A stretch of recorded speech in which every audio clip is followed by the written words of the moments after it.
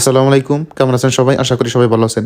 এবার আমাদের ফার্মের সামনে ফুলের গাছ এবং ফলের গাছ লাগিয়ে ফেলবো ইনশাল্লাহ। তো বিভিন্ন ধরনের ফুলের গাছ এবং ফলের গাছ যদি ফার্মের সামনে থাকে তাহলে কিন্তু ফার্মের সৌন্দর্য আরো কয়েক গুণ বেশি ফুটে ওঠে। গাছ লাগানোর জন্য গ্রামগঞ্জে যে মুরগির খামার হিসাবে বা মুরগির ঘর হিসাবে যে ধরনের ইট রড সিমেন্ট দিয়ে তৈরি করা হয় মোটামুটি 16টার মতো আনছি, যাতে আমরা বিভিন্ন ধরনের গাছ এবং বিভিন্ন আইটেমের কিন্তু ফলের গাছ লাগাতে পারি।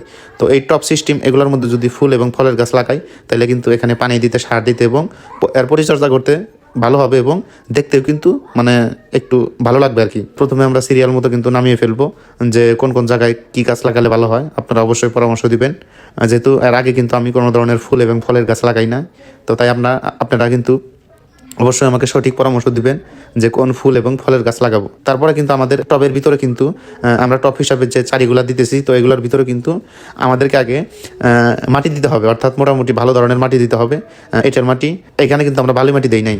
আর এর উপরে কিন্তু আমরা যে আমাদের যে গোবর রাখা হয়েছিল, তো এগুলো কিন্তু প্রায় জৈব সারে পরিণত হয়েছে একদম। এগুলো কিন্তু মানে একদম পচানো গোবর, গত বছরের গোবর। গাছের মধ্যে যদি জৈব সার দিতে পারি তাইলে কিন্তু আমাদের গাছ এবং ফুল এবং ফলের গাছের ফলন কিন্তু অনেক ভালো হবে এবং গাছগুলা কিন্তু দ্রুতভাবে বৃদ্ধি পাবে। আপনারা হয়তো অনেকে জানেন আমরা কিন্তু ঘাসের মধ্যে পর্যাপ্ত পরিমাণ জৈব সার দিই, যার কারণে কিন্তু আমাদের ঘাসগুলো অনেক ভালো হয় এবং ফলন কিন্তু অনেক বেশি হয়।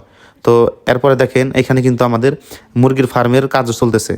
তো মুরগির ফার্মে কিন্তু সাধারণত আমরা এখনো মুরগি তুলি নাই এবং ছাগলও কিন্তু উঠানো হয় নাই, কারণ যেহেতু শীতকালের সময় যদি ছাগলের নিউমোনিয়া বা ঠান্ডাজনিত রোগে আক্রান্ত হয় তাইলে কিন্তু সেই ছাগলকে বাঁচানো খুব কষ্ট হয়। হাঁস মুরগির ক্ষেত্রে কিন্তু একই ধরনের সমস্যা দেখা দেয়। তো তাই আমরা চিন্তা ভাবনা করতেছি শীতের পরে কিন্তু আমরা ছাগল এবং মুরগি উঠাবো ইনশাল্লাহ। তো তার আগে কিন্তু আমরা আমাদের ফার্মের সামনে যে খালি জায়গা, তো এই জায়গায় কিন্তু বিভিন্ন ধরনের চারা আমরা রোপণ করব, কারণ চারা রোপণ করে যদি আমরা পরিচর্যা করতে পারি তাহলে কিন্তু শীতের মধ্যে মোটামুটি ভালো ফলন হবে। তো যেহেতু শীতকাল আর কিন্তু কিছুদিন আছে, আমরা কিন্তু অতি দ্রুতভাবে চারাগুলা এনে হয়তো 2-1 দিনের মধ্যে কিন্তু আমরা রোপণ করে ফেলবো। এইখানে সর্বমোট 18টি চারি কিন্তু টপ হিসাবে তৈরি করা হয়েছে। তো আমরা কিন্তু সবগুলোর মধ্যে ভালোভাবে জৈব সার এবং এঁটেল মাটি দিয়ে দিছি, যাতে এঁটেল মাটি এবং জৈব সারের কারণে শিকড়গুলা ভালোভাবে ডাবাতে পারে এবং গাছগুলা দ্রুতভাবে বড় হয় আর কি। তো এখানে কি কি গাছ লাগালে ভালো হবে অবশ্যই আপনারা পরামর্শ দিবেন এবং কি কিভাবে পরিচর্যা করতে হবে অবশ্যই জানাবেন। যদিও এই বাগানটি কিন্তু শখ করে তৈরি করা হইতেছে এবং বিভিন্ন ফলের গাছ ফুলের গাছ থাকলে কিন্তু আপনার মন মানসিকতা পরিবর্তন হবে।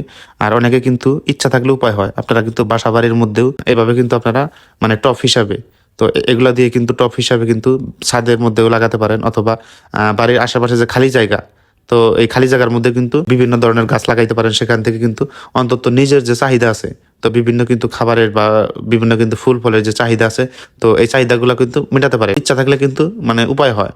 তো আপনার যদি ছোট জায়গা থাকে অথবা বাসাবাড়ির যদি ছাদও থাকে, এই ছাদের মধ্যে কিন্তু বাগান করা যেতে পারে। তো ধন্যবাদ সবাইকে, সবাই ভালো থাকবেন, আমাদের জন্য দোয়া করবেন। আসসালামু আলাইকুম।